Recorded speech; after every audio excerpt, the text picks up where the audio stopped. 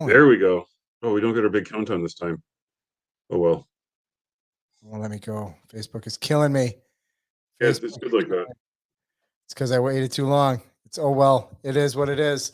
Welcome to the Collective Raw, where Frozen Ben is here, myself, and Grant, and now Ben is gone. Now we lost Ben. Oh, Lost Ben. what the hell, I Ben? think this is a common theme we should start sticking with. Is where in the world is Ben McHugh? Because he never makes it into these shows on time, and we made a point to make this we show. made a point to make it on time, and here we are, starting 13 minutes late. 13 minutes late. Actually, I think it's more than that because no, it isn't. It said 7:15, and Facebook is supposed to be going, and it's not. But whatever, it is what it is. Whatever. Welcome to the Collective Raw. My name is Dan. This is Grant, and Ben will be here shortly. Hopefully, maybe. Tonight we're going to be talking about escape rooms. I think that's what Ben made this call, which I was very surprised. Yeah. He said, let's talk about escape rooms, and I'm like, okay. I'm in the haunt industry. Grant, you're in the haunt industry. Escape rooms are like the off season for haunt owners. Yes, they are, and it seems to be it seems it's only recently kind of come to the mainstream as well. It wasn't sort of they've existed for a while, but kind of they weren't ubiquitous. I think it only until maybe 3 years ago. I think kind of all of a sudden exploded, and everyone had one, and every haunt owner and operator all of a sudden, like all at once. Oh, and now we've got an escape room or two. Yes, indeed. And Haunt Chat Live, which is our friend, the Gravedigger, also known as Mike Ross, says welcome. He's one of those residents that likes to point out the fact that we're either on time, going overtime, or under time. He's a very particular person when it comes to that. So, hey, Mike, we're on. We're ready to go here. So, sure. I don't know if anybody's out there watching this on the Facebook end. We tried to start this early, but for some reason, if we make a scheduled time to show up, it doesn't work. But we were 2 minutes earlier than what the time was allotted for. So I'm not sure if it's actually going. So if anybody's out there watching on the Facebook end of this, just let us know. That'd be awesome. If not, well, then we'll just go. We'll go with what we got to go. So anyway. Yeah. We're talking about escape rooms. I tried to get some escape room people on here. I had a couple bites. A couple people said they wanted to come on, and I sent them links, and they some said that they couldn't make it. Ed Gannon, we miss you, buddy. Couldn't escape the room. Ed Gannon is like a staple in this in the haunt industry, and he's also an escape room designer, builder, person who knows him inside and out. I was really hoping that we could have him on here. There was a couple others. I don't want to say their names because in hopes that they show up on here, and because I don't want them to, feel like that they let me down. So I'm not going to say who it is, just in case. But they did let you down, though. Well, I don't know. I did send them links that nobody's responded, so I guess we'll find out. All right. Fair enough. So what's new with everybody else? So before we get into the escape rooms, let's talk about a little bit of industry news, see what's going on in the world of pop culture. Anybody got anything? I got nothing. I actually have something I'm very excited about. Yeah, what's that? It concerns Legos, actually. Oh, really? And I know you're a big Lego guy. Ben, I'm not sure if you're a Lego guy. I like Legos. They're just too expensive for my blood right now. So, Christ, they're too expensive for everybody's. Yeah, it's absolutely psychotic. My brother has made a point out to, and this is nothing, but it's so very, very interesting. My brother decides he always has to get the new biggest Lego set they make. Okay. So every year he goes out and spends $1,000 or whatever on the new biggest one. This year's is the Roman Colosseum. I think it's like 11,000 pieces or something like that. It's ridiculous. What? Yeah, it's the Roman Colosseum. 2 years ago, or was it 3 years ago? They came out with the Ultimate Collector's Series minifigure scale Millennium Falcon. Almost said aluminum Falcon. Hell yeah! No, Millennium Falcon. What the hell is an aluminum Falcon? Has that? Like he's or was to I think until last year he was the biggest Star Wars Lego collector in the United States, at least. Nice. We're talking like probably 40 or 50 grand worth of Legos in the room in his house. Probably somewhere in the neighborhood of my collection. That aside, though, one thing that's very interesting: they've got one of the most beloved Lego themes in history is the vintage castle theme. First came out in 1983. I have that. They've been, every few years they'll come out with a new one or completely relaunch the theme. They've been without a proper castle theme for a few years. Last year they came out with or it was late last year, early this year, they came out with the Blacksmith's Shop, the Lego Idea set. Now for the Lego Creator 3-in-1 set, they've got a new castle set. And not coming out until June 1st, but I think it's already essentially back ordered through the end of the year, just because of all the pre-orders. Fair enough. Just something I'm properly excited about. At least, in terms, compared to all the other pop culture bullshit that's out there on any daily basis, and all of which is shit. Indeed. All right. You got something, Doble, or? Well, I'm trying to get, because so last night, I got something. Last night, I was sitting here scrolling through the ever social medias, and I came across a trailer that was just released, and it was a trailer for the new movie, the new reboot of Crow. I've heard of this, yeah. Have you? So I watched it and I waited because Angie was in here. It was like 10 o'clock at night, and it just popped up in my feed on one of our pop culture shows or trade shows that we follow, and it popped up and it's like new release, just released yesterday or 10 hours ago. So it was in the morning of yesterday, and I was like, oh my gosh. I'm like, Angie, you got to see this. So she's standing in the room here with me, and I hit play, and I didn't know what to expect because I love the Crow's amazing. It's an amazing movie. I love the whole concept. It's so dark. It's awesome. Well, I watched this new reboot, and I'm trying to find it again so that I can make sure that I'm talking, educationally about it.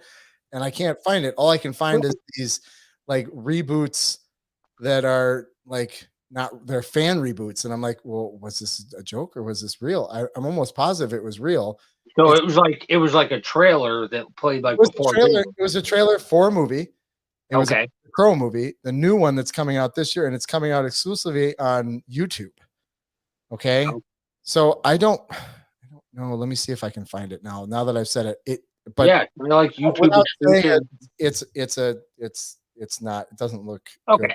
I mean, I feel like anybody who's our age is gonna know what The Crow is, whether they've seen it or not. They're gonna know of the movie or. Well, I mean, this is something that's been going on for years and years and years. They're talking about making a reboot for this show, for this movie, and right. I mean, what don't they can reboot? Everything's a reboot these days. Like there's like 2 new shows. It's a reboot or a spinoff. Nobody wants to make anything new. Like, well, this one, I mean. It could be good, but I don't know. The trailer did not grab me by the balls and say, hey, this is going to be a good show. Or a good movie. So I don't know. That's my 2 cents. I don't have much more than that. Well, look, out of curiosity, doing a quick Google search on this, I will as you were complaining about it. What was released appears to be mostly bullshit. According to there's the unmade reboot concept art and trailer, which is a little teaser trailer put together starring Tom Hiddleston and Luke Evans. Interesting. There's no way Tom Hiddleston and Luke Evans are signing up for this. In other parts of it, though, Jason Momoa has shown a great deal of interest in playing the lead, and he has stated he really wants to do it, but there's no studio support behind it, and no one's willing to touch it. Mostly out of respect for Brandon Lee, and then also the sequel that came out, and I think it was 96. All right, here's the trailer. Here, let me see if it shows anything. This is a non-profit project. Copyright, trademark owners not involved with it. Yeah, this is a spin-out. This isn't it. This is garbage. That's okay. I thought I got super hyped when they did that like fan trailer for a mole series. I got so fucking hyped. Like I was like, I am here for that, right? Like, and I was running around showing everybody, and but he was getting excited, and then like a week later, like everybody started texting me like, oh, it was a fan thing. Like you showed me like.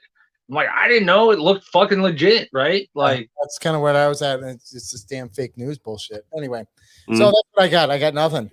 So what you're saying is too much technology is in the hands of complete fucking idiots? Well, and maybe come out with something. I mean, if it's a nonprofit, setup, and they actually put together a movie, and they're gonna make a run on it. Well, good for them. But I guess we'll see. How about we do one? That'll be our thing. That'll be the first collective raw production reboot of The Crow. I guess the worst things we could do. Dude, we're sticking with the Fear Hole. All right, that's fair. That's what happened. That's just it. Hey, Fear Expo says hello. Hello, Fear Expo. Glad you're watching. What's up, Fear Expo? Anyway, so Ben, you got something? We can move on to this so we can start talking about escape rooms and what we don't know about it. I did, but then my brain did the ADHD thing. Is that too much sushi and booze so far? No, I haven't had enough booze. That's probably the problem. Yeah. No, on the topic of like fan made things or whatever though, I have dipped my toe in the Warhammer 40K waters, and they are chilly and delicious. Something I definitely can't afford to get into or need to. I got enough hobbies. I was gonna say I didn't think you were a virgin. Well, I mean, it's one of those things. I dabbled, like I read a bunch of the lore and stuff, and I got super excited. But then I was like, you know what? I don't have money. I don't have time. I can't do this. Well, I'm like, you've got too much self-respect. Nah, that's nothing to do with it. Listen, I sold my show to Uncle Sam last Thursday, so that's all good. No, but so first of all, I found STL files for 3D printing Death Corps of Krieg, which is like my favorite faction units or whatever from the game, which have been out of circulation print for like years. So like trying to touch those things is like trying to find a complete Fireball Island or something, right? And then on top of that, there is a fan series on YouTube, and I don't know what the name of it is or whatever, like the name of the guy who makes it, but it is fucking phenomenal. It's got like 5 episodes, and it is like pristine quality. It's called Astartes, and it is phenomenal. So go check it out. I mean, is this like early red versus blue phenomenal? No, like this is like, I thought this was legit. Like the first time I found it, like I was like, oh, Games Workshop or something produced this. No, It's just some guy loves it that much that he spent that much time. And these episodes are like, they're not very long, but they are just beautiful and so well done. Like props. So I'm not saying I'm going to check it out because I think Warhammer's ridiculous, but yeah, it's like that over the top ridiculous. That it's like, okay, this is so ridiculous, it's fun. I mean, so was red versus blue before it went stupid, but But anyway, so escape rooms. So we're up to date here. We're gonna jump into escape rooms. Now, Ben, this was your idea. Can you give me a little reason why and where you came up with this? Because I did not expect, out of the 3 of us talking about this, I did not expect you of the 3 of us to say, "Hey, let's talk about escape rooms." Yeah. What's the mindset here? So, like I said, I'm getting ready to go back in the Army, and I'm just kind of making the rounds, saying my goodbyes and all that kind of stuff or whatever. So I'll be gone for at least 6 months for training, and then I got a 3-year contract now. I know where I'm going to get stationed. So I took my niece out, and she is a huge fan of escape rooms. So like that was one of the things I asked her if she wanted to do or whatever. But she's basically done all of them in this area, like, and not just like, how most of them will have 2 or 3 different, like runs through. She's done all of them. Like, okay, we went mini golfing. But then my buddy Josh took his wife for her birthday to an escape room, and she likes them. She's very good at, like, she plays D&D and all that kind of stuff too. And like that's one of her things is puzzles and mysteries, and she watches the shit out of like Criminal Minds and all that kind of stuff. So the one they did was like a murder mystery. And he was like, it was cool, it was good. He was like, the room itself was solid, but then we kind of got talking, and he was like, the production value of it, like he's like, the props were cool, the like the way things were hidden and all that stuff was good, but there was no story to it. He's like, it was just like, here's the suspects, somebody was killed, find all the clues and you'll figure it out. And he's like, that's that's all right if you're just looking for like a quick thing or whatever, but like then he started doing some research and he found some ones that had like these stories, right? Like it was like, oh, you're an enforcer for the Yakuza, and you have been loyal to this family for so long, and you need to do this, or these two families are going to go to war, and this, it's like a Romeo and Juliet story, just like this whole huge exposition that really drew you into the thing. So he got really excited about it, and like it's just kind of in line with all the stuff we like to talk about, and I thought that'd be a cool thing. Like, hell yeah. I'm assuming that you guys have at least, tried them out or whatever. I've only done one. But I really liked it, So here's my backstory on on escape rooms. I have to reveal a secret. I've been to a lot of escape rooms, many escape rooms. I've watched people design them. I've seen the ins and outs of them, but I have never ever played a game.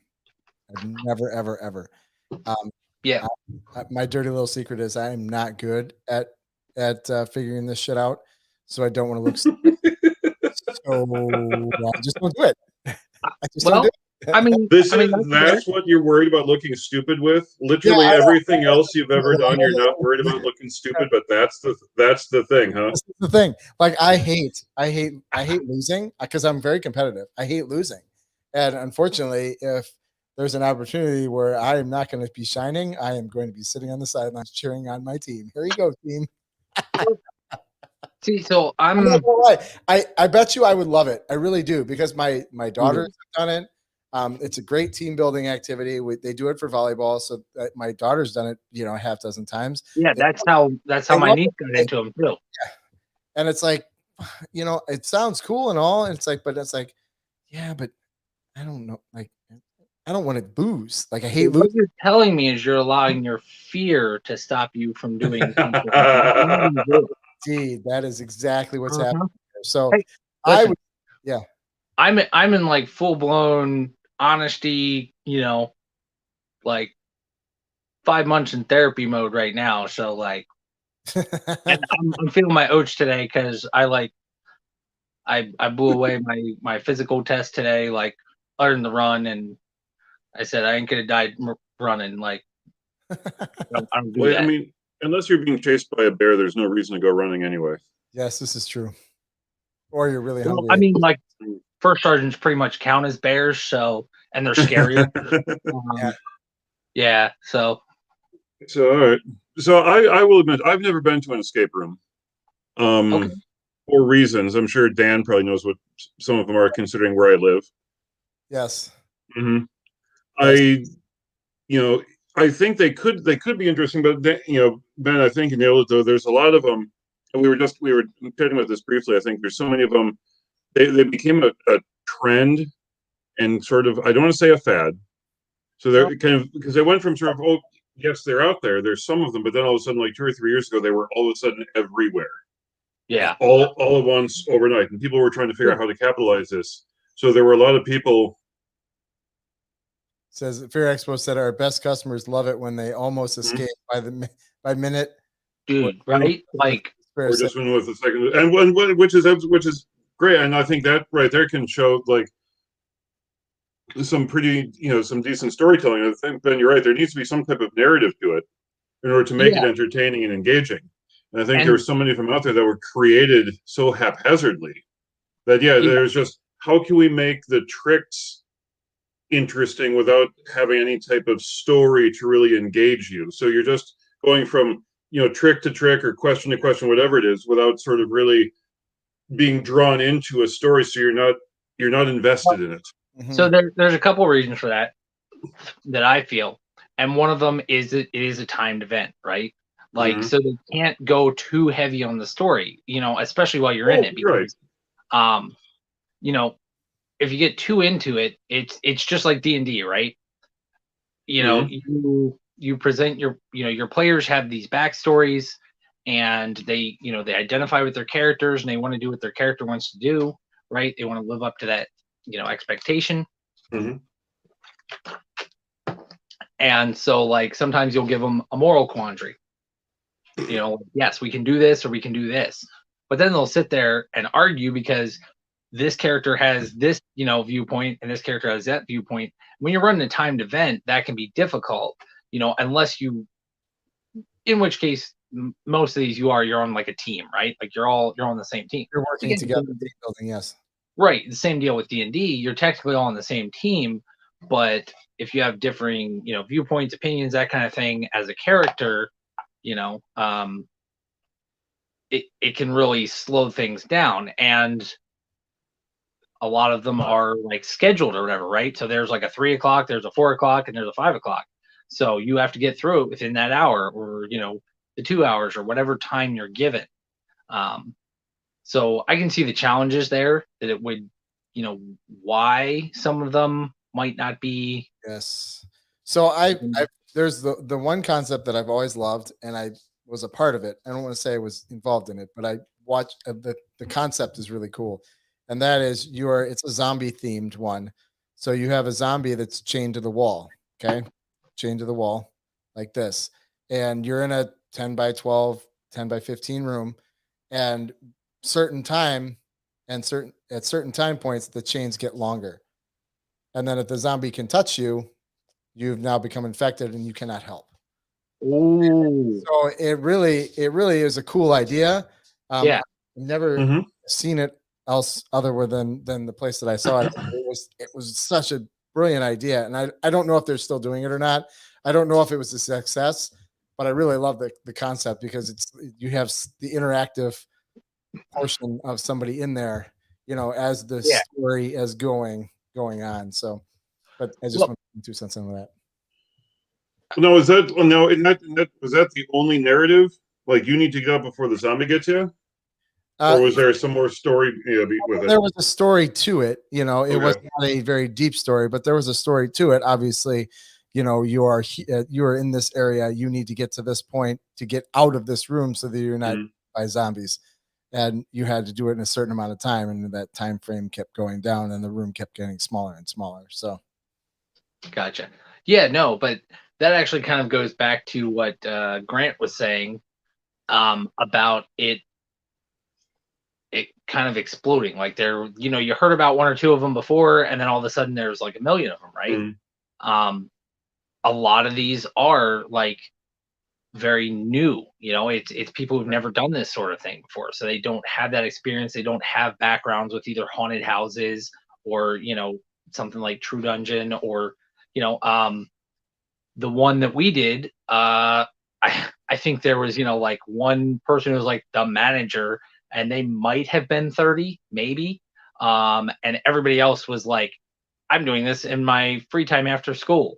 Like everybody else was like 16, 17, like. If there's somebody out there watching and you guys can explain this better to us, feel free to just post something in the comments, and I will bring you guys into this chat so that we can get some education on the escape room world. And like I said, I know of it. I've seen a lot of it. I can't speak on this very well. Is it one of those like people who wanted to do a haunted house but didn't have the budget for a whole haunted house, so they just do an escape room?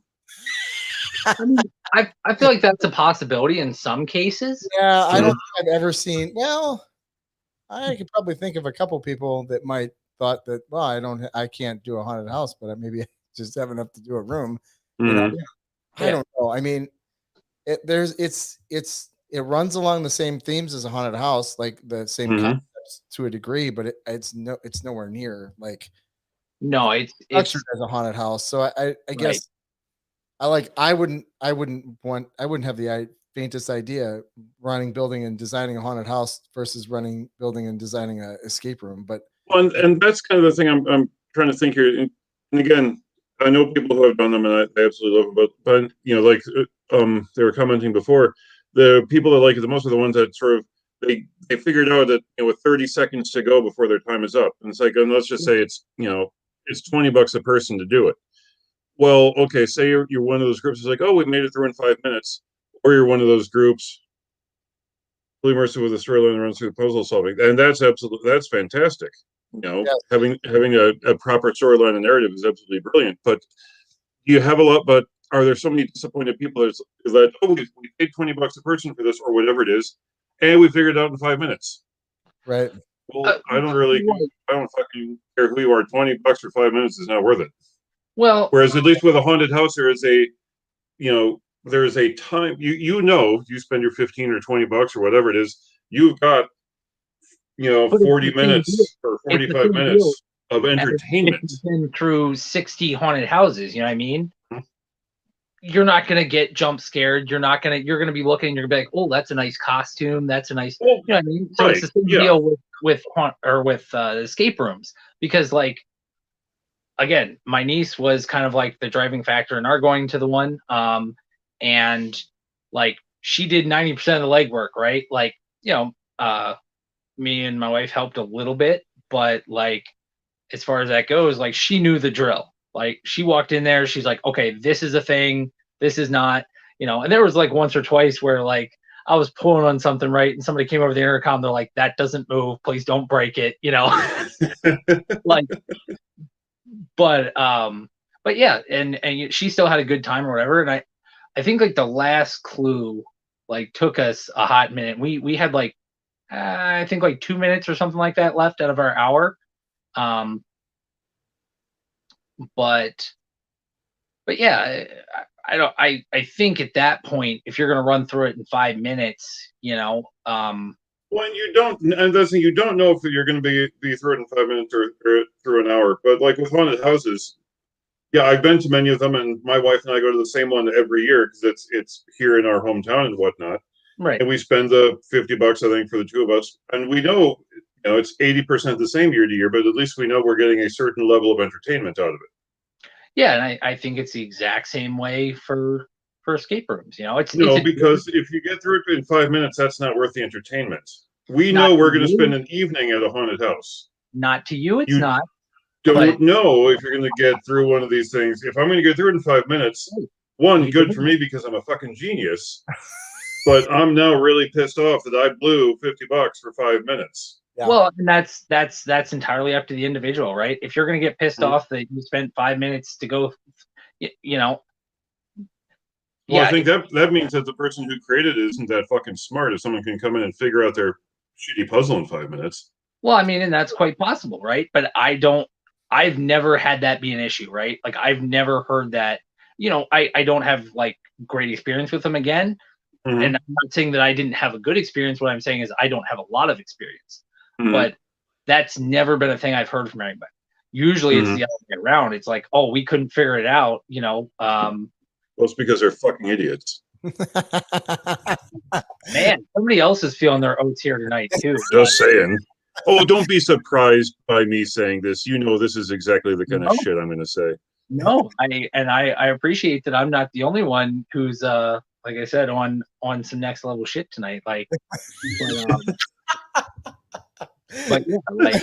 So to transition a little bit, we were talking earlier, and not to get into this, but we were talking about, is this a fad? Is this a thing?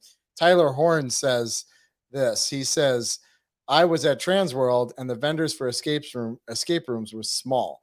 So I know that was one of those things that was trending up and up and up. But now, and granted, this was a COVID year, so we can't really judge it that way.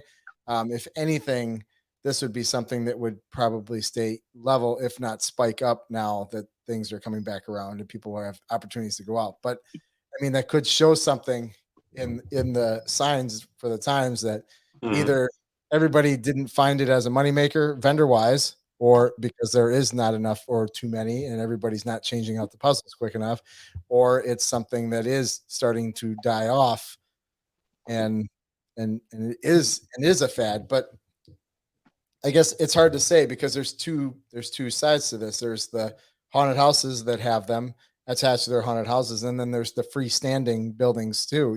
The brick and mortar buildings that's just escape rooms. So it's tough to say. Like, I don't know if they're doing better than the haunted houses. I don't know if I would say that, I would go to a haunted house venue for an escape room. Like, I don't know, because I look at haunted houses differently than the. Well, I'm not saying I would look at one of the haunted houses up by me. Up by me, there's a burial chamber, and there are, oh my god, there's 3 haunts, and the burial simulator and something else. I think there's five. Is there 5 events? Okay, I mean it's a remarkable complex that they've put together there. So I could see them adding something like this as just sort of another amenity instead of a true full one of the attractions. Yeah, It's like, oh, you buy tickets all of them for $5, you get to do the escape room kind of thing. Yeah, I think, in my opinion, it'll be like other things. They have 4 full experiences. Okay. And one of them's buried alive. I don't consider that experience. It's garbage. Anyway, going on. Not that Matt's watching this at all. No. Even if he is, he knows how I feel about those. So not a fan. But I think it'll be like so many other things, right? The good ones will stick around, and they'll build on their idea. They'll build a reputation. And then the ones who are just in it for the money or the quick buck or, whatever, that can't come up with a decent story to, or don't rotate or don't have a different experience, they'll kind of peter out. But Tyler Horn says, see, I'm a builder and set designer for Doomsday Haunted Attraction in Athens, Alabama. I don't know how I feel about them, to be honest. And that's kind of where we're at, Tyler. We don't know if it is a moneymaker, if it's not. I mean, I don't know. It's a good question, and it's one that I'd love to hear. If there's other people watching that could tune in and tell us, is it something that is? I mean, I'm not looking for numbers here. I'm just looking for, hey, it's a good idea, and this is why. Oh, hey, look at this. We've got. So we were just talking to Chris that from Fear Expo, and he just popped on. So I'm gonna bring him onto the stream right now, and we'll see what he has to say about escape rooms. Hey, Chris. Hey, how you doing? Pretty good. Hey, we are. I'm glad you jumped on here because we were talking about escape rooms. This was one of these last minute things, and we're like, let's talk about escape rooms. Yeah. And none of us really have a solid idea / feeling about them. So we were wondering if you can enlighten us on the whole escape room experience.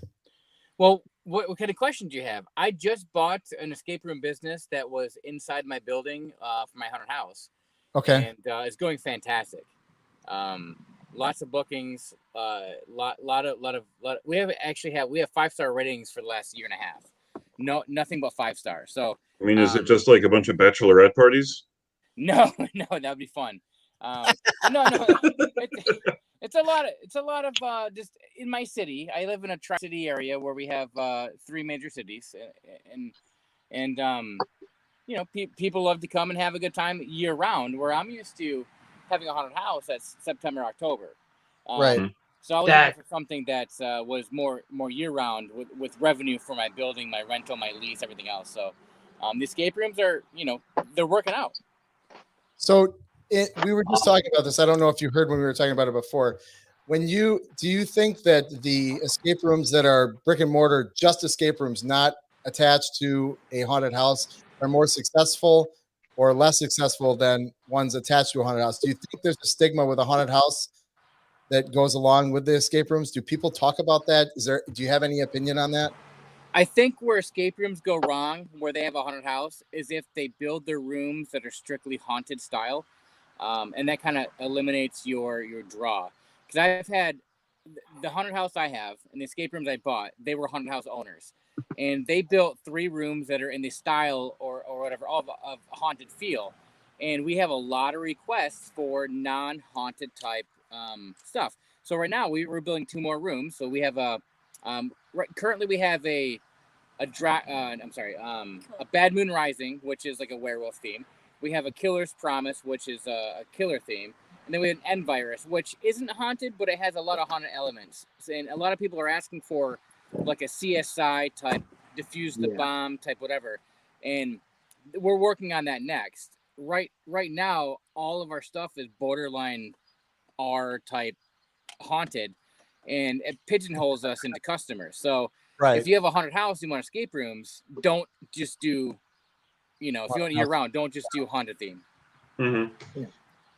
That's why we're branching off into a couple other ones that are not haunted.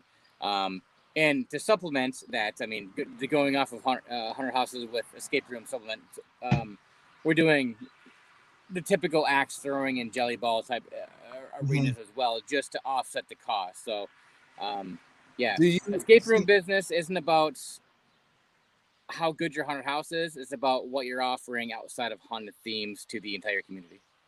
Do you find that theme, the theme of escape room is staying level? Is it dropping off? Is it steadily going up? I know COVID throws a wrench in everything, but is it one of those things? Is it a fad? Yes or no? Well, I'm not sure. We bought a business that was closed during COVID.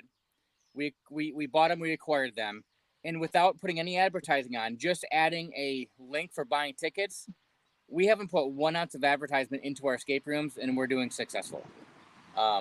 Right now, because maybe it's our town, maybe it's other things, but I don't know. It's not right now. It's not a fad. It could become a fad later on, but right now it's doing well. I think it was just one of the things kind of through COVID. You said you bought this, was the one you bought shut down during COVID? Well, they shut down when COVID hit. Okay. Our state had, we're in Michigan, so our state had some crazy stuff going on. But the instant we were able to open back up, we did. And so far it's been nothing but good business for us. Without having to put any marketing in place. And I think that's kind of tells us that it's not a fad at this moment, but it depends on the city, depends on the demographics, depends on what people want, it depends on your location. There's a lot of factors involved, but for us, we're fine. Yeah. Interesting. I like that. I think that's kind of the other draw to it. Like you were saying about offering things outside the haunted field. Well, that can be very cool, and it is nice to have that for people, especially who are like into the haunted, into like the creepy, crawly kind of stuff. They can get that experience throughout the course of the year. They don't have to wait until Halloween. But then too, like you said, you're attracting a different customer base. You're getting more people, and it's year round. You don't have to, it's something you can continue to do, kind of in lieu of or aside from the haunt stuff too. You're not like you said, you feel kind of pigeonholed right now, but there's that room for growth, for expansion, that you'll be able to turn it into more. Yeah. I mean, our first passion is haunt, so of course we want to continue on the haunt themes, but that's not what everyone wants. Right. There's so many people that are intimidated because we have haunted style that they don't want to come. Yeah. I gotta be honest. I was the same way for a long time about haunted houses because I have a very strong fight or flight response, and it's mostly fight. So that's gotten me in trouble a couple of times at haunted houses where somebody will, pop out and that kind of thing. And like, I'm gonna punch some 16-year-old, like that's not good for business. Yeah, and in full disclosure, with what Dan was saying, he's never been through an escape room. This is my first time ever going through, and I've only actually played one of mine. I know how to run them all, only because I had to learn how to run them to make it's a revenue. In our haunted house, we hate, this is Mandy. This is my business partner. Hi. We hate scary movies, but we have a haunted house. We do not I'm watch with you on scary that one. movies at all. We love other people's haunted houses stuff. In fact, we're musicians at heart, so we don't play music anymore, but our creativity still is needing an outlet. So that's where the haunted house comes in. It just happens to be haunted. And So because we know how to do the haunting stuff, we reach out to the escape room stuff that we bought, and we love it, but we realize that it's not just haunted that survives. If we're talking escape room business, there's a place for it during Halloween, September, October. We're open from September to November, our haunted house normally, but we need other streams coming in other than that because there's year-round bills. Yeah. So to get back to that, to get back to that whole off-season situation, do you find that people, since you've been open, do you find that people are like, oh, we're going to a haunted house, and they talk about the fact that the show, the escape room, is in a haunted house or at the haunted house location? Do you find that people talk about that while they're coming in? No, in fact, we keep the branding separately. We don't even brand them together. We have a 5-story building. It's about 12,000 to 15,000 square foot, depending on what level you're on. And the haunted house is on a separate floor than the escape rooms. Our axe throwing is on a different floor than the escape room. So we keep everything separate. They all know it's the same building, but we don't market it as come to our haunted house escape rooms. It's right. Well, that's escape rooms. Yeah. Mm-hmm. Yeah. And that helps us a lot to break away from that haunted feel. Because again, the haunted stigma, for some people, they don't want to come because they think it's just a haunted place. Mm-hmm. So we have to differentiate between that and normal activities. Do you find that smart? Yeah. I feel like I should interject and introduce myself. I'm Mandy. Yes. I'm half owner of Factory of the Dead and Saginaw Escape. I've been with Chris for 7 years. We've been doing this for a long time. Not a really long time compared to a lot of people, but yeah, 7 years isn't that long. 7 years isn't that long, really. Yeah, but still, in this industry, it's a long time. So right, but we're very successful in what we do. Well, we're passionate, and we make decisions based off of what we feel is going to work, not because we have to be haunted. Right. Mm-hmm. And our haunted house and our escape rooms are separate. They're different entities. At the end of the day. Yeah. Mm-hmm. You know, keeping them separate is working for us. Now that might not work for everybody, but that's how we are weathering the storm of COVID and new business and everything else. It's a separate entity. It's not just, one isn't treated as like an amenity for the other. Correct. Exactly. Mm. Now during the Halloween season, we are open for both, but we don't market it as the same. Like you still had to book separately on one website to go to the escape rooms, and then buy tickets on another to do the haunted house, and completely different websites and everything else. I was just thinking, you guys have like a bundle deal, like where we haven't this year. We might do that. We haven't looked into it only because you mean combining deals to do both. Yeah, like if you want to like 100%. We're 100% online booking in advance for the escape rooms. The haunted house is hopefully booking in advance, but we do take walk-ups. The escape rooms, we don't do any walk-ups. So if you're coming to our haunted house in September, October, you're probably not going to get into an escape room because everyone else had booked in advance. And that's why we do that on purpose, because there's no way to regulate. If someone's in line for like an hour or two or a half an hour, depending on the day, for the haunted house, the escape rooms are an hour. The logistics of that of combining the two, they just don't work. So you had to book separately. Okay. Yeah. You can book one and book the other and successfully come in the same night. It's just not as easily as coming there and having an upsell. Yeah. We did discuss that a little bit, the timing, because the escape rooms are a timed event, whereas the haunted house you can kind of wander through. Yeah. Have you had the people, and this is something that has kept me from doing it, whatever you charge for it and whatever you charge, but are you getting people that kind of go through it and they can actually plow through it in, say, 10 minutes? Instead of the people we don't allow that to happen. Only our storylines are puzzle-based and time-based. So, and when we do our storyline, we make it so you can't plow through, which might be a little unfair to some, but it's all about the experience. I don't care that somebody made it through with a half hour to spare. The people who love it the most and walk away with the best feeling and the best experience are the people who almost make it or people who just made it. The people who made it by leaps and bounds, they don't care. They're the same people that go to a haunted house and say that wasn't scary. That's not scary. I don't like we found the people that make it within a minute Yep. or 30 seconds, they're the happiest. And it's all about we lost, but they had a great experience. it's all about experience. Yeah. That's all we care about is the experience for them to either come back, try it again, or share and recommend. That's all we care about. That's all. Winning or losing doesn't matter when it comes to our philosophy. Now, you ask 1,000 people, there's 1,000 different answers, but that's how we treat it, and we could be wrong, but it's working for us. That guy up there. Yeah. It's confusing. Everything's backwards. No, that's literally what Dan was saying earlier. He's like, I haven't done one because I don't want to look like an idiot. I'm like, what? Like, that's no excuse. But you're so good at looking like an idiot. There's no winning or losing. It's all experience and fun and entertainment. Yeah. Now, if you win, obviously you're going to get the people who are like, oh my God, I won. F you guys, blah, blah, blah. But whatever. Awesome. You guys have any other questions? We're going to let Chris go. Yep. Yeah. Chris, thanks for hopping on. Thank you so much. Yeah, that's no problem. it's great to have thank you guys. who's run one who's run through them. Like, thank you very much. Yeah, awesome. I'm glad to be a part of you guys and at least say hello to everyone. Before we head out, do you want to? Females in the industry, by the way. Yes, females in it. Yes. Yep. Can you before you head out? All right, thank you, Dan.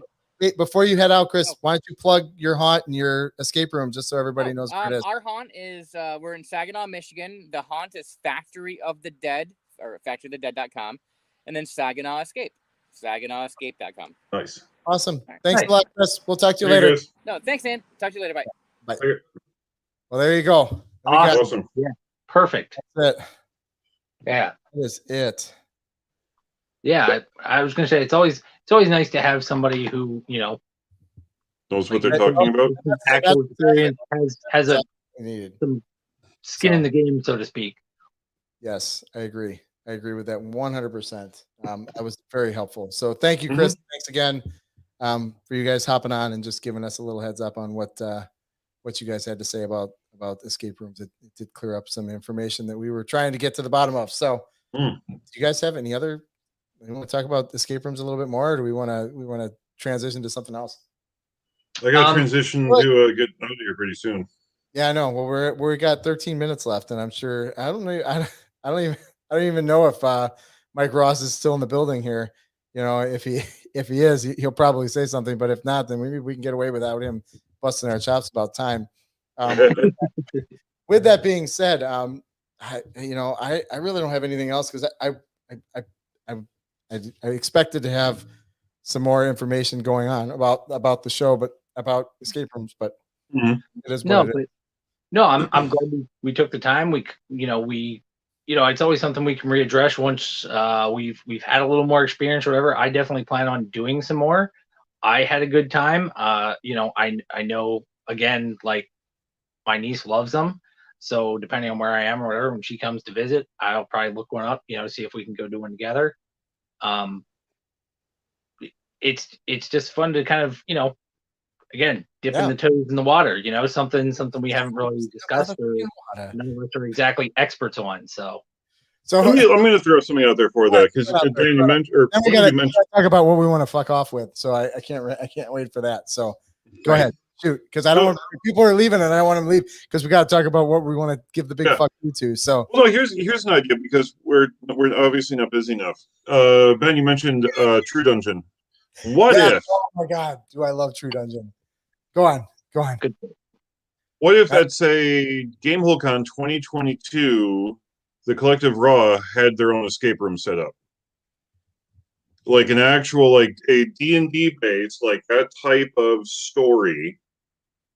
Okay. For an escape room, like you are stuck in you're stuck in a back room of a tavern. Dan Doble. What's that? You're stuck in the room with Dan Doble. Yeah. There's no escape. Every people just slip their wrists, they're done. It's removed. You have to drink the Kool-Aid to get out. Yes. Oh shoot. Collective Raw escape room at GameholeCon 2022. There you go. We'll have to talk to somebody about that. Grant, I'm putting you in charge. Fuck. All right.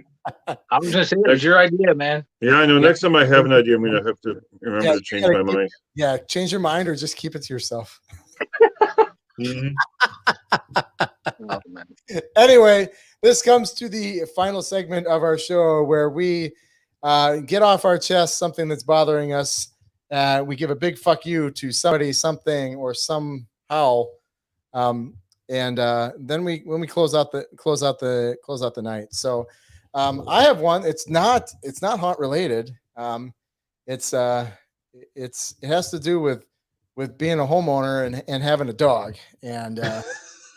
But your dogs are so cute, Dan. I'm not saying fuck you to the dogs. No. I'm saying fuck You're you. lousy kids for not taking them out. Nope. It's getting closer. I'm saying fuck you to the stupid ass people that created the pooper scooper. Those things do not work after a season. I have this little clamping thing that you just put on and you clamp it. I got better chances picking it up with a freaking pair of gloves and a sanitary wipe than I do using these stupid pooper scoopers in the grass out back. Like it's stupid. So pooper scooper people, fuck you. Fuck I'll you. be honest with you, Dan. That's not what I expected tonight. Oh no. Well, it's better than me in a row. So Mhm. all right. Grant, Ben, who's up next? Ben, you go. No, Ben always has the best ones at the end because they're super odd. I love it. See, that's the problem I'm having right now. I can't think of anyone that I'm that angry at this week. Oh my god, but you're a disgruntled middle-aged man. I really am. I'm the stereotypical middle-aged man. You should be mad at fucking tell Rogaine to fuck off or something. Yeah, like Rogain's gonna do. See, there's not enough left. Yes, there's not enough for Rogaine to even like grab onto to do anything. And I'm 43. Yeah. What the hell? I've been shaving my head since my 30s because this just is like you and Captain Picard. Yeah, but the thing is, he's got the sexy accent. I don't have the sexy accent. But you got a beard. I do have a beard. So you got I'm that fantastic. I'm like the fantastic love child of Commander Riker and Jean-Luc Picard. Riker Picard. Riker Picard. That's my that's gonna be my new middle name. Grant Jordan Riker Picard Fisk. Riker Picard love child. Can't wait. There's like 3 hyphens in my name. I'm one of those guys. All right. So Ben, what do you got? It's a fuck Rogaine. Fine. Fuck those guys. All right. No, I kind of talked about that at the beginning, actually, and Rogaine? No, not right, Rogaine. What my fuck you for this week, and I didn't really think about one because I'm in a pretty good mood and I'm not too upset with too many people. I mean, there's some. The 2 grumpiest men on here are like totally cool with life this week. I know, and here's all pissed off about a pooper scooper. I'll be properly I'll be really angry about something next week. Don't worry about that. Okay. There's a lot of stuff I could be really pissed about right now, right? Like, but in my current situation, I don't find it all that helpful. But what I talked about at the beginning was everything being a prequel, a sequel, a reboot. Fucking do something new. Take a goddamn chance. Okay. Like, yes. Do something different, right? Like, fuck. Like, so what if it's never been done before? Yes, it's scary, right? Like, you may lose money. You may not. It may be the next big thing. Like, fucking Star Wars. We've talked about that, and I'm sure we'll talk about it 100 times before. Like, nobody knew that was unheard of in its time, right? Now, there's how many series, how many shows, it's touched how many generations. Like, fucking go for it, right? Like, do what you feel you want to do. Yep, do what you do. Don't take the easy route. Dan, fuck fear. Look like an idiot. Have fun. Like, you're gonna die. Just do it. Okay, along those lines then. That's coming back in. Oh no! Wait, no, hang on. No, it is one of those things. I'm actually going to give a shout out to something here, and this is. I know we're saying "fuck you" to everyone, and maybe it's a "fuck you" to Luke Besson because he manages to screw up as much as he makes fantastic. We're talking about sort of original sci-fi. Well, it's usually sci-fi. Like, there's nothing original, and whatnot. Every time they try to do something original, everyone like poo-poos it as it's fucking terrible. Did you guys ever see Valerian and the City of a Thousand Planets? No, I missed that. Yes. Yes. Okay. That was one of them where it is it's based on a book, fair enough, but they went and created a movie, and it was directed by Luke Besson, who has given us some very entertaining things like The Fifth Element. Right. Mhm. God damn fucking amazing.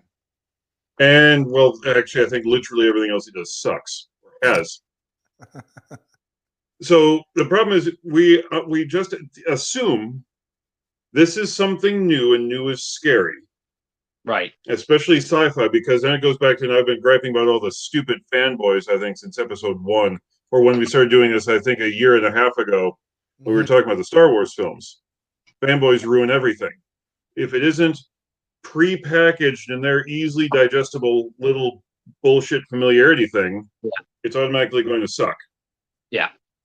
So, like, the fuck six over at Ain't It Cool News decide, because it isn't Star Wars, and because it isn't Leia in her slave bikini, we think it's going to be shit. Mm-hmm. It's true. So, Yeah. check out, everyone who's watching, check out Valerian and the City of a Thousand Planets. Also, along those lines, John Carter needs to get a little bit more love. Go watch that one again. Fair enough. Mm-hmm.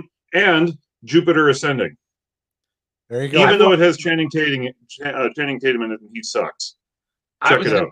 I'll have to give that one a shot because I've been putting that one off for a while. Like, I've seen it, and I just, like, again, I saw him. Well, yeah, he's a dipshit. Let's be honest. How did this go from fuck you to everybody to some sort of love fest? We got No. We're just appreciating Channing Tatum. somebody out there Sucks. is Not how we trying. want the show. You know, somebody out there is taking chances. They're trying.